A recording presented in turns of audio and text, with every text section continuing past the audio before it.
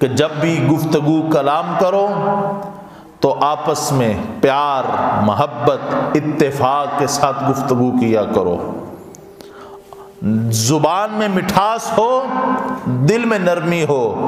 صوفیاء فرماتے ہیں کہ اگر کسی شخص کی زبان میں مٹھاس نہیں، دل میں نرمی نہیں ہے، اس کے پاس کائنات کی لاکھوں کروڑوں رب کی نعمتیں ہیں، وہ سمجھے اس کے پاس اللہ کی کوئی نعمت ہے ہی نہیں۔ سب سے بڑی نعمت یہ ہے کہ کسی کی زبان میٹھی اور دل نرم ہے، سب سے بڑی نعمت کائنات کی یہ ہے۔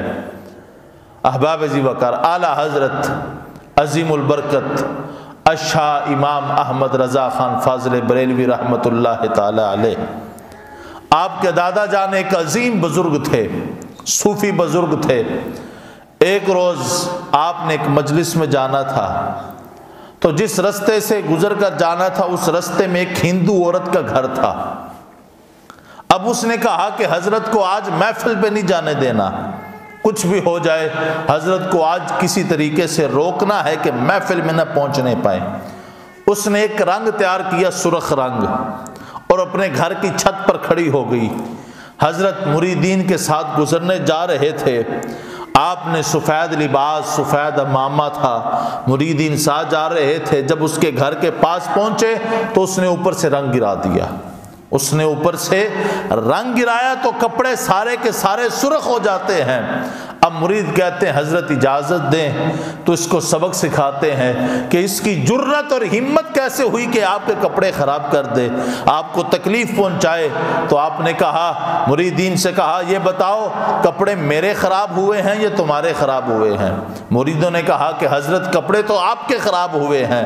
تو آپ نے فرمایا، جب کپڑے میرے خراب ہوئے ہیں تو پھر میں جانوں یا وہ جانے؟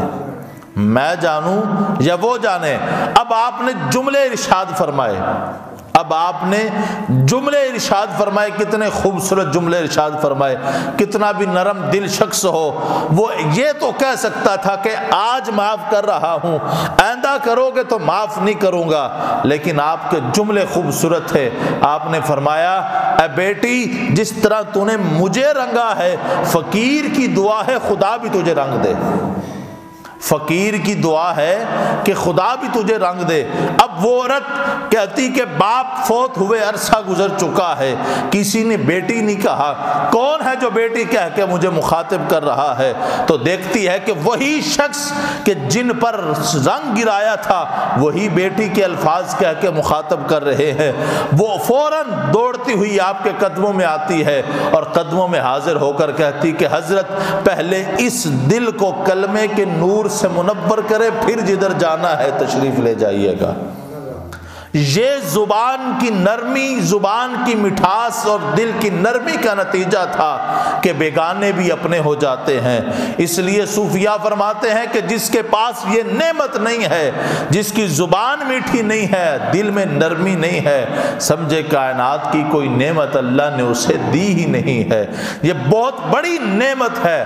احباب عزیز وقار، حضرت مولانا روم رحمت اللہ تعالی علیہ ایک دفعہ اپنے مریدین کے ساتھ جا رہے تھے، تو گلی اتنی تنگ تھی کہ ایک طرف سے شخص جا سکتا تھا، دوسری طرف سے شخص آئے تو اکٹھے گزر نہیں ہو سکتا تھا، اتنی تنگ گلی تھی۔ آگے ایک کتا سو رہا ہے، آگے ایک کتا سو رہا ہے، تو مریدوں نے کہا کہ حضرت اجازت ہو تو کسی طریقے سے اس کو اٹھاتے ہیں تاکہ یہ اٹھے اور ہمیں گزرنے دے۔ آپ نے فرمایا، کیوں؟ یہ اللہ کی مخلوق نہیں، اسے آرام کرنے کا حق نہیں، جب تک یہ سو رہا ہے۔ رومی ادھر کھڑا ہے، رومی ادھر کھڑا ہے، آپ ادھر کھڑے رہے جب تک وہ سویا رہا، آپ انتظار میں رہے، جب وہ جاگا اپنی مرضی سے وہاں سے گیا تو پھر آپ وہاں سے گزرے۔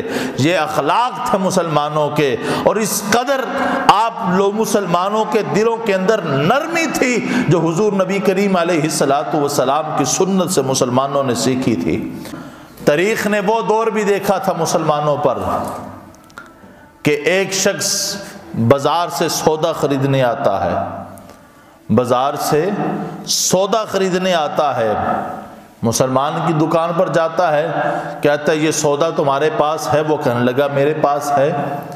اب مسلمان آگے سے کیا کہہ رہا ہے؟ کہتا ہے یہ سودا تم نے خریدنا ہے تو وہ سامنے دکان ہے وہاں سے خرید لو، وہ سامنے دکان ہے وہاں سے خرید لو۔ اب اس نے سودا وہاں سے خریدا، اب دل میں خیال آیا اس نے مجھے یہاں پر کیوں بھیجا، خود سودا کیوں نہیں دیا، خود سامان کیوں نہیں دیا، مجھے یہاں پر کیوں بھیجا؟ یا اس کے پاس سامان اچھا نہیں تھا، اس کے پاس سامان اچھا تھا اس لیے اس نے مجھے یہاں پر بھیجا ہے، یا کوئی اور مسئلہ ہے؟ اس نے سامان خریدا، واپس وہاں پر جاتا ہے اور جا کر پوچھتا ہے کہ تم نے مجھے خود سودا کیوں نہیں دیا، مجھے اس دکان پر کیوں بھیجا؟ کہنے لگا کہ مسئلہ یہ ہے کہ میں جب سے آیا ہوں میرے ساتھ اس نے دکان کھولی ہے، اور اب تک میں نے اپنے بچوں کا پیٹ جو آج کے دن کا کھانا تھا وہ میں نے کما لیا ہے، اس کے پاس صبح کا ایک گاہک بھی نہیں آیا ہے، اس لیے میں نے تمہیں یہ کہا تھا کہ تم نے اگر سامان خریدنا ہے پیسے دے کر ہی خریدنا ہے تو یہ سامان وہاں سے خرید لو، تم یہ سامان وہاں سے خرید لو۔ یہ مسلمانوں کے اتنے اعلیٰ اخلاق بھی رہے ہیں مسلمانوں پر، لیکن آج صرف اور صرف قرآن سے دوری، مصطفیٰ کریم علیہ الصلاۃ والسلام کے فرمان مقدس سے دوری کا نتیجہ یہ ہے کہ ہمارے اخلاق گراوٹ کا شکار ہو چکے ہیں، ہماری زبانوں کے اندر مٹھاس ختم ہو چکی ہے، ہمارے دلوں کے اندر نرمی ختم ہو چکی ہے، ہمارے دل پتھر ہو چکے ہیں۔ وہ مسلمان کہ جن کی نرم زبانی اور نرم دل مٹھاس کے ساتھ بیگانے بھی اپنے ہو جایا کرتے تھے، لیکن آج معاملہ کچھ یوں ہے کہ ہماری اسی زبان کی وجہ سے اپنے بھی بیگانے ہو جاتے ہیں۔ حضرت علی المرتضیٰ رضی اللہ تعالی عنہ آپ نے ارشاد فرمایا جراحت السنان لها التیام ولا یلتام ما جرح اللسان۔ آپ فرماتے ہیں کہ تیروں کے زخم، تلواروں کے زخم وقت کے ساتھ ساتھ یہ ختم ہو جاتے ہیں، یہ مٹ جاتے ہیں، لیکن زبان کا لگایا ہوا زخم ایسا زخم ہے جو کبھی مٹتا نہیں ہے۔